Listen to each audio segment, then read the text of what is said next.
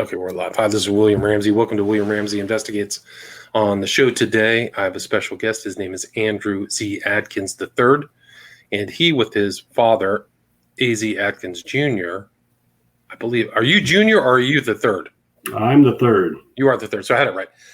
Published a book. The title of the book is You Can't Get Much Closer Than This, Combat with Company H, the 317th Infantry Regiment, 80th Division. And it was originally published in 2005. There's a newer version from 2020, and you'll see the newer cover. If you're on YouTube, you can see the new cover of this book. Again, it's You Can't Get Much Closer Than This, and it retells very fascinating first-person story of his father fighting in World War II. But Andrew III can talk more about that. So Andrew Adkins, are you there? I am. Thank you very much. And let's start off by saying most everybody calls me Andy, like my dad. Gotcha. So, Andy, can you talk about the genesis of this book and how it kind of came to be about, and how you got the first publication done? Certainly. Well, like most kids in the baby boomer generation, I grew up. My dad fought in World War II, and in that generation, you hear stories growing up.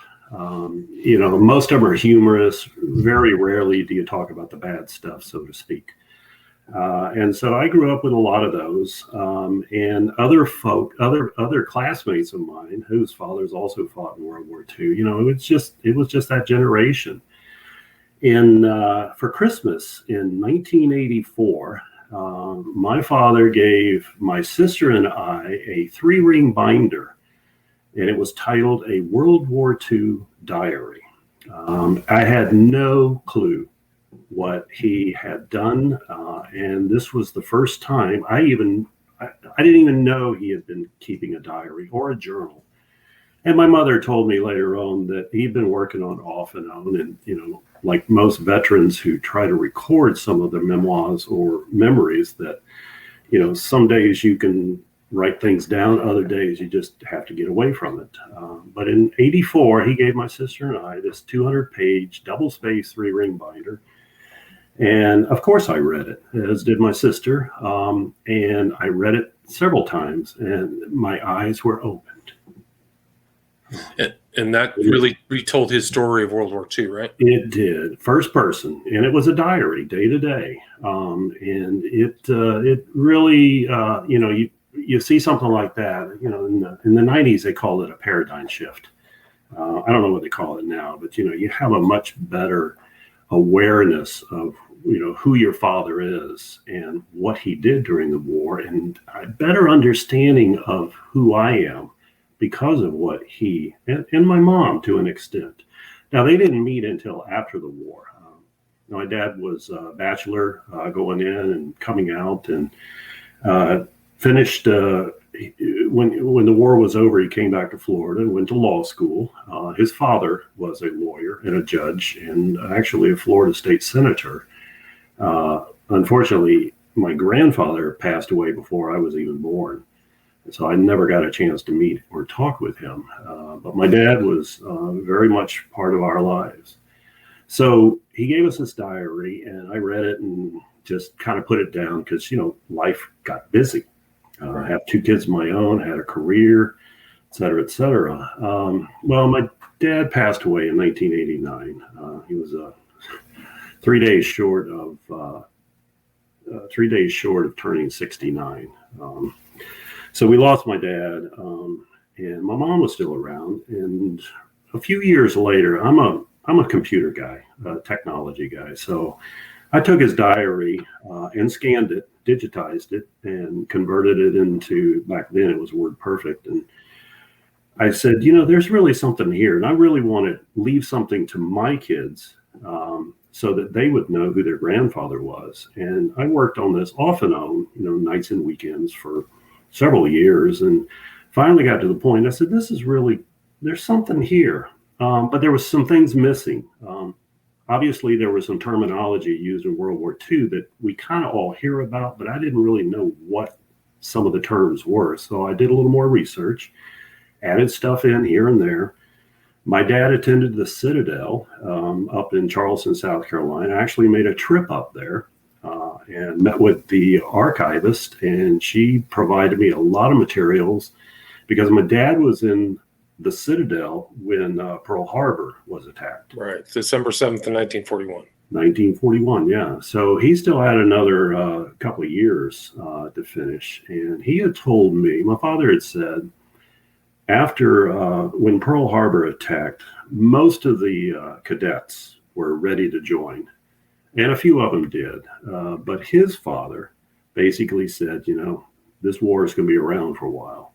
And unfortunately, he was right. So my dad graduated from the Citadel, went to OCS, commissioned a second lieutenant, and joined the 80th Division out in the California-Arizona maneuver area, commonly called CAMA. And that was in November of 1943. So long story short, I was doing a lot of this research and wanted to have this thing published. And I did what most new authors who don't know what they're doing do. You shotgun it to a lot of different publishers along with a cover letter and say, I've got this. What do you think? Are you interested? And, a year or so went by because I wasn't on this. I still had a full-time job. Finally, there was a gentleman out of California that called me. And he said, Andy, I think you've got something here. I'd like to work with you on it. It needs work. And I said, I'm all over that. So long story short, another year later, Casemate picked it up and published it in October of 2005. And a month later, it was selected as the book of the month for the Military Book Club. Oh, interesting. It really was. I was like, I have no idea how all this stuff works. I mean, I'm an engineer, I'm not a publisher or a writer. So that's kind of how the first one got published. And I'll tell you this, I had been in touch with a lot of my dad's old division veterans from the 80th Division. I actually am part of that Veterans Association as a family member. Met a lot of guys that served with him, and many people were interested in this book because when I published this, there were probably less than a dozen World War II books, chronicles, nonfiction that were out there. People just weren't ready to write it down or whatever. So I really didn't have a lot to go on. Since then, of course, there's been a lot of memoirs and a lot of books written. But that's kind of how this got to the point where I got it published. And one of the interesting aspects in the book is that your dad was injured, so that gave him time to write all this down in the binder, right? So while he was recuperating before going back to the front, I thought that was interesting. But can you talk about his move? He kind of, I think he wrote that he landed in France in D-Day plus 60. Can you talk about how he moved through the U.S. and made his way to France? Sure.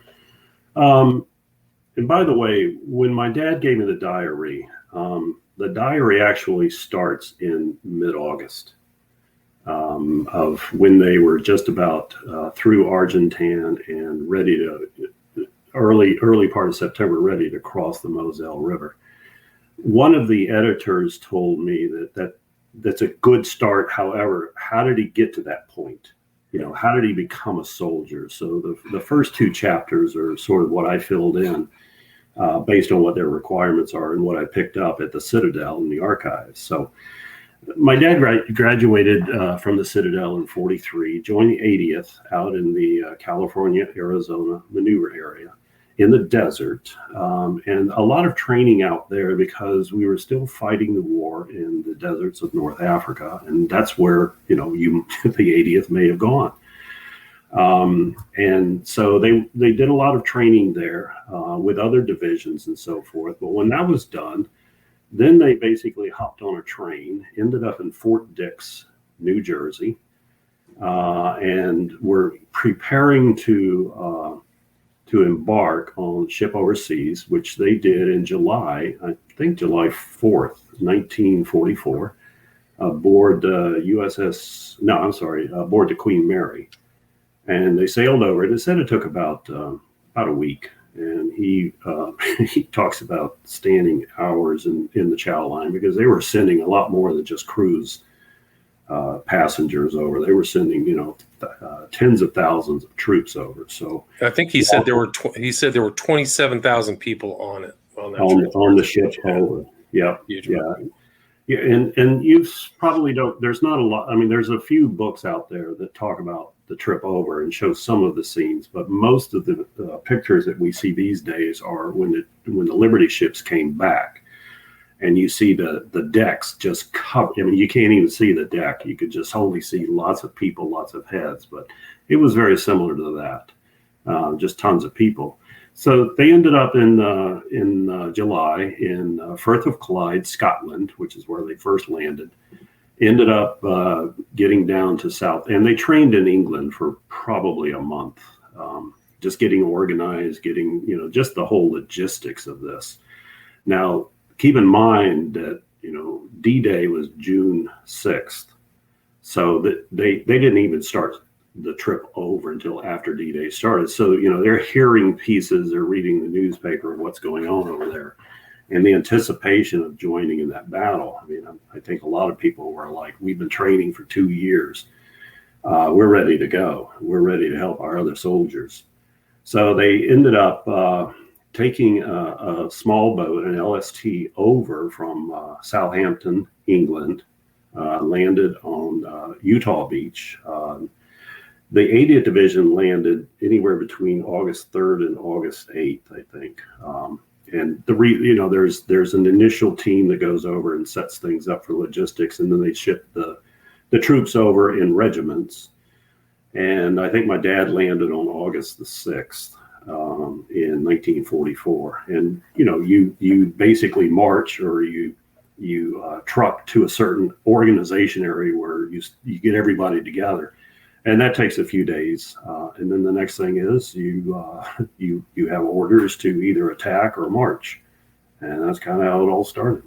Yeah, and so he was assigned to Patton's Third Army, right? So he's in northern France, headed east at that time into France, and then towards Germany. What can you talk about the beginnings of his conflict and what he experienced in the beginning battles that he took part in? He was also a mortar captain. Can you explain what he did as part of his battalion? Sure. In the Army in World War II, a division consisted of 3 rifle regiments, and those rifle regiments for the 80th were the 317th, the 318th, and the 319th. And my dad was in the 317th. Each of those regiments has 3 battalions, 1st, 2nd, and 3rd. Each battalion has 3 rifle companies and 1 heavy weapons company. So 1st Battalion would be rifle companies A, B, and C, and a heavy weapons company D. The 2nd Battalion would be rifle companies E, F, and G, and a heavy weapons company H. And my dad was company H, heavy weapons. Heavy weapons consisted of 81 millimeter mortars and 30 millimeter medium machine guns. They were water cooled. So when you see the big tube at the end, that's probably from a heavy weapons company. And my dad was a mortar man, so to speak. So he was in charge of a section of mortars, which consisted of platoons and then squads. So there would probably be 6 to 8 81 millimeter mortars under his command. Gotcha. And you'll see that on the cover of your book, the most recent edition. I think you see these mortar companies operating. Yeah. So, they're you have these artillery battles and mortar battles. It's right from the beginning, right? Yes. Oh, yeah. Yeah, and keep in mind that, they were in, 2 months after the invasion. So they're still fighting Germans in northwestern France, even though that they're pushing things through. But I think I think there were 29 army divisions that fought in Europe. And so, everybody had their own mission, and most of the 80th Division was in northern France, from the west coast of Normandy all the way through to the east coast where the Moselle is. And then that pushes into Germany. Now, part of the 80th was in Belgium, and all of the 80th was in Luxembourg. That's where they fought most of the Battle of the Bulge. Right. So he started, and also the Falaise Pocket, he was involved in those actions right there at the beginning, right? Yes. Yeah. I mean, his baptism of fire was in a place called Argentan, France. And can you talk about that? Sure. Well, so they landed the first week in August, and a week later they had orders to take this town called Argentan. And the way the Army works is different regiments within a division are given specific assignments. And so the 317th was to take the city of Argentan. And my dad describes it in fairly good detail. But this was what they call the baptism of fire. This is also where he killed his first German that he knew he killed with a rifle. That was hard for him to talk about. But when you're a mortar man, you're throwing mortar and artillery shells, hundreds of thousands of yards away. So you're given a target and you shoot. You know that you're causing damage. You know you're causing death. But that's just kind of the support, heavy weapon support does. And so, the town of Argentan, I think it took 1 or 2 days before they were able to, before the town surrendered. And the Germans either surrendered, they captured prisoners, or they fled. And that was just kind of the start. I mean, the 80th Division's motto is always move forward, or only moves forward. It depends on who you talk to, but that was actually from World War I. But when you read the book, there wasn't a lot of retreating. There was mostly just moving from the time they got there in August until the end of the war in May. Right. And there was kind of hope that the war was going to end by Christmas. They might have thought that, but it turned out to be kind of a longer slog. And there were atrocities right there from the beginning by the Germans, correct? Yes, as my dad describes, yes. Can you talk about that?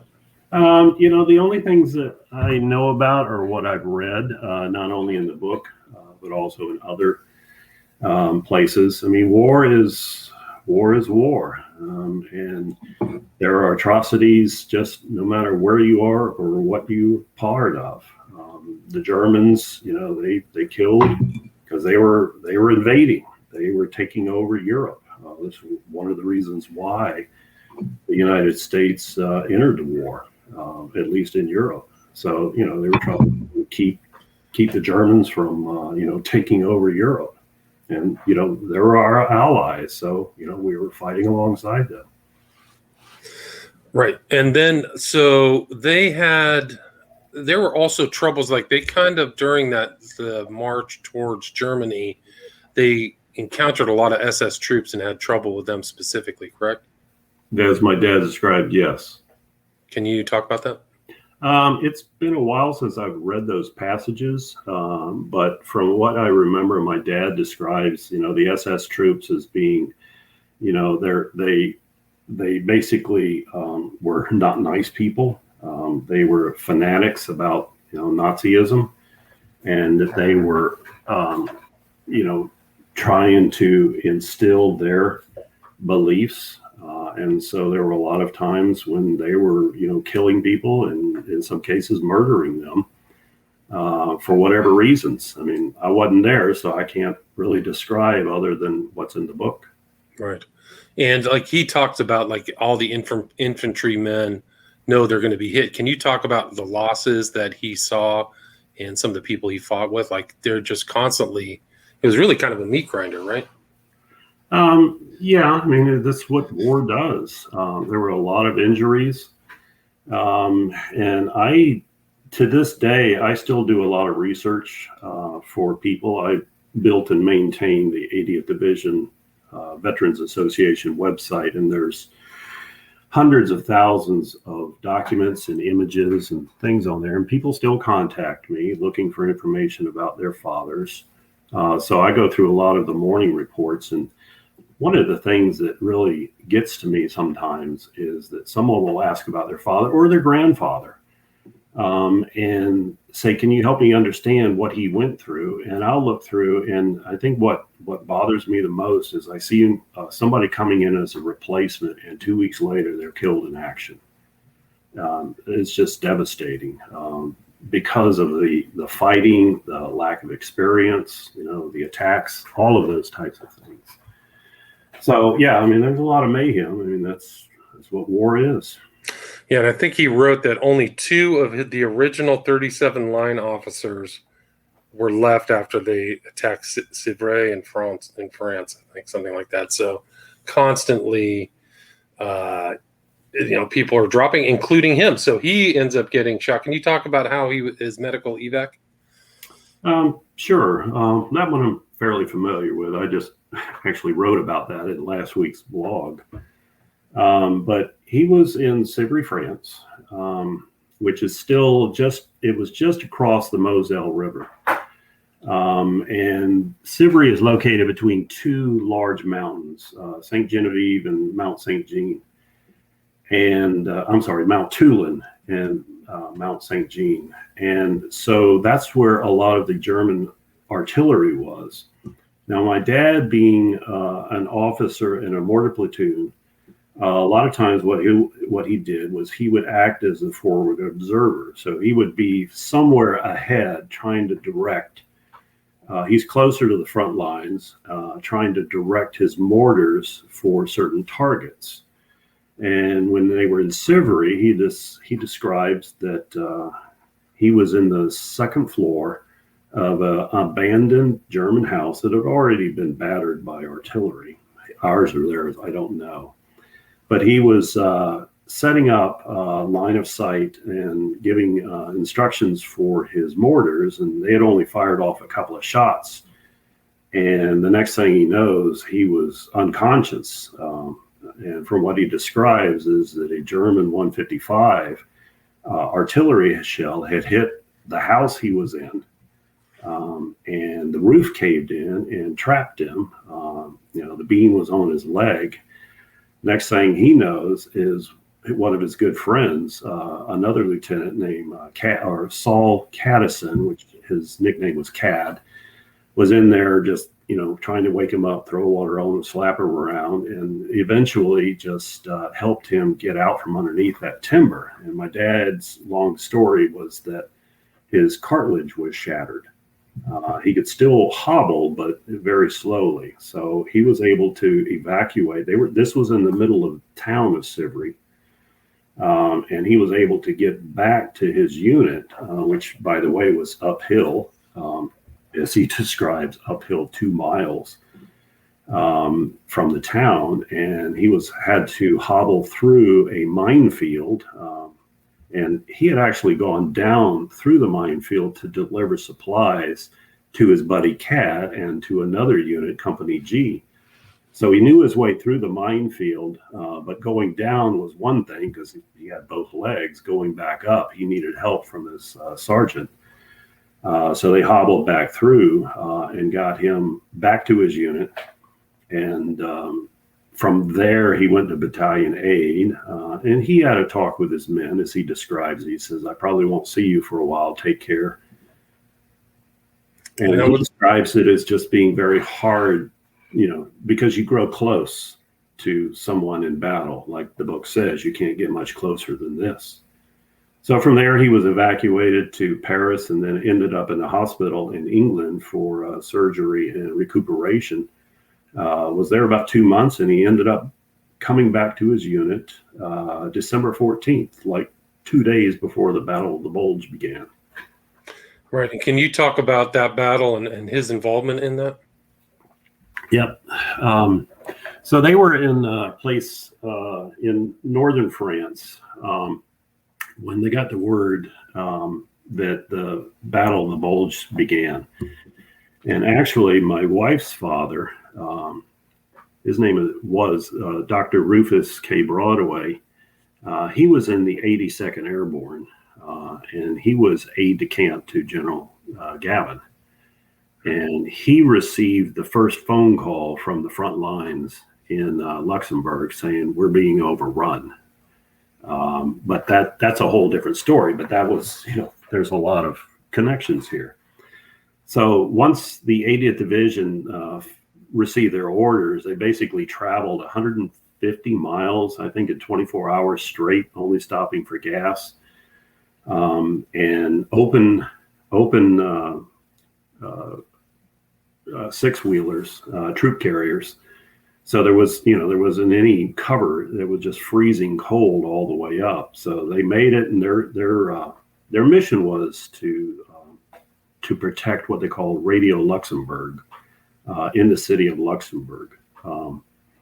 And he was involved with that transport, but also throughout the fighting in Luxembourg. I mean, there was a lot of action in a quick amount of time, as you can imagine. Right. That was the biggest kind of conflict of the entire war for the Americans, was that battle. I think It was like 500,000 people each side. And really, and it was also, I think, the coldest winter in 50 years or something like that too. Right? Oh yeah. Yeah. And when you move that many people that quickly, you start off in France, and it's different climate there. It's same parallel, but it's just was totally different. And by the time they got there, and throughout January, I think they never really had the right equipment or the right clothing. And my dad describes that in the foxhole, a 2-man foxhole, that the first sergeant would issue one blanket to every 2-man foxhole. That way one man could sleep and stay awake.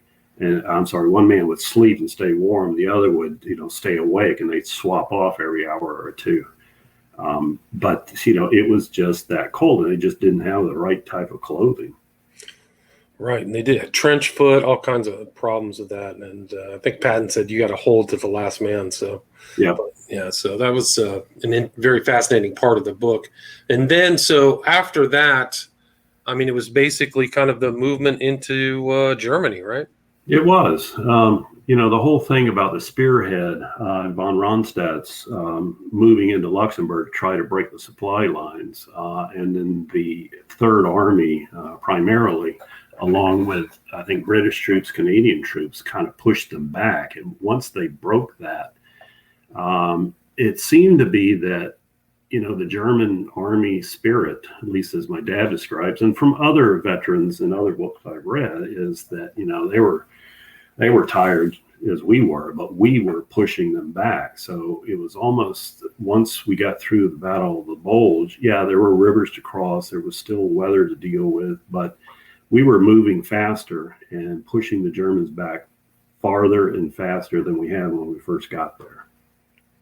It's almost like they sensed it was the end, because I think they had very ambitious plans with the Battle of the Bulge. They were going to go all the way to like Remagen or something, and literally cut the American army in half, and barely got, a third of their goal. No gas, all kinds of problems. So I think they knew that it was the beginning of the end for them. Yeah.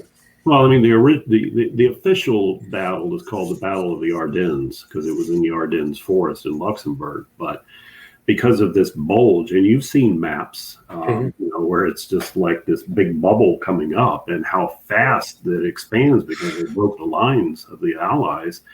But then we responded so quickly, we were able to flatten the bulge and then move it back. So that was probably the turning point. Turning point for the Western Front. And so they were just like always bombing small towns, moving through, crossing the Rhine. And he remembers stuff from Buchenwald too, right? Oh yeah. Do you want to talk about that? Sure. So Buchenwald was, there's a lot of stories about that, and there's also several books that are written. There's probably the one that is the most detailed and most, official, is called the Buchenwald Report. And so By the way, I've actually been to Buchenwald and to Weimar. My wife and I were on a tour, a World War II tour, and met with several people. And one of the friends of the 80th Division, who's still around, offered a tour, and I had met him several times before. So my wife and I met this gentleman. He's a citizen of Weimar, and he walked us around Buchenwald. This was probably 8-9 years ago. Mm-hmm. And the crematorium is still there. The furnaces are still there. The jail is still there. The barracks are gone. There's one barracks that's still there, and it's a hard place to visit. And I actually wrote about it a couple of times. Just it helps me kind of put things in perspective. But when my dad was there, he describes it as they were approaching Buchenwald. They had no clue. I mean, everybody hears rumors. And so they kind of knew, what could possibly be around. But, you're going through woods and open fields, and there's nothing that you see. But he and his squad saw a group of men in striped uniforms heading their way. And so they've formed a skirmish line because they didn't know whether they were prisoners or whether they were Germans or Americans or what. But, it turns out that they had escaped. The prisoners actually overcame the guards. And when my dad and the 80th got there, which is a day or two after that, there were about 20,000, as he describes, inmates that were still enclosed, even though the gates were open. They just didn't know where to go. And most of these guys, the prisoners, they were as thin as a man you could ever imagine, hollowed eyes. A lot of them, he said thousands were just laying on the ground, just dead.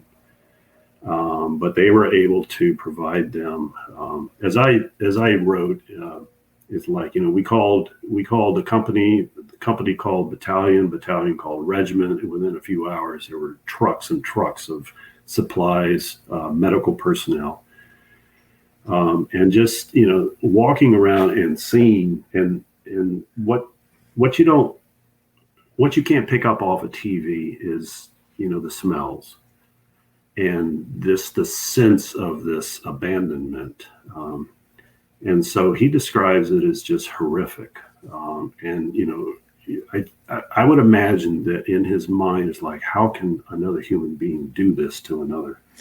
And he verified some of the stories, the very lurid stories that came out of there. I mean, he verified that Ilse Koch, she was literally ripping skin off of people for their tattoos. Oh, yeah. So that was all that, according to him, was true, correct?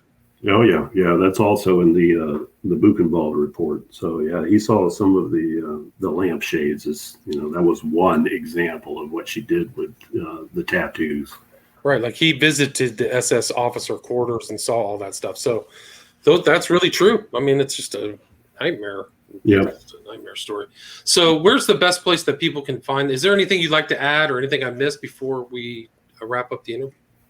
I first of all, thank you very much for this. My pleasure. One of the things that I try to do is, we tend to have short-term memories.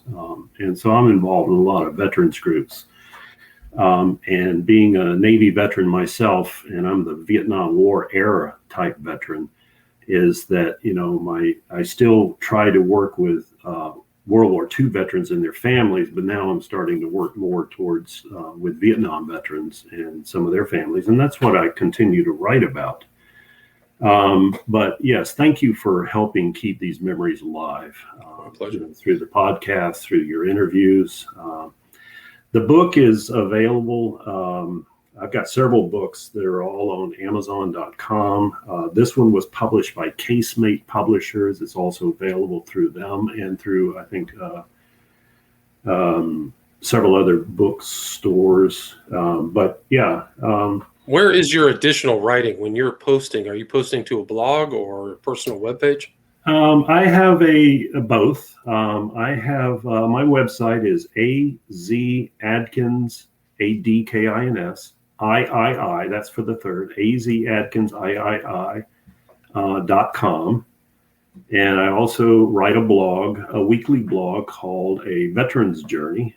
I write about both what I did in the Navy, but also about my father in World War II. I try to combine, two of those, and I do that once a week. I'm also I've started writing fiction now, but it's strange because I pull from actual events in Vietnam and World War II. And that's another book that I just published earlier this year called Never Forget. And that's historical fiction, is that correct? It depends on who you ask, but it's contemporary fiction if you ask the literary agents, but it's historical fiction based on, true stories in World War II, some of which we've talked about, and also in Vietnam. Gotcha. And repeat your website again one more time for me, please. It's www.azadkinsii.com. Great. So you can pick it up there. And then again, this book, the title of it again is You Can't Get Much Closer Than This, Combat with Company H, 317th Infantry Regiment, 80th Division, published 2020. You see the title here on YouTube. Highly recommend this book. It has excellent reviews on Amazon, by the way, like 145-star reviews. So congratulations on that. Again, the author is Andy Adkins, Adkins. So thank you so much, Andy. My pleasure. Thank you, William. I appreciate it. Yeah, I appreciate it as well. Take care. All right. You too.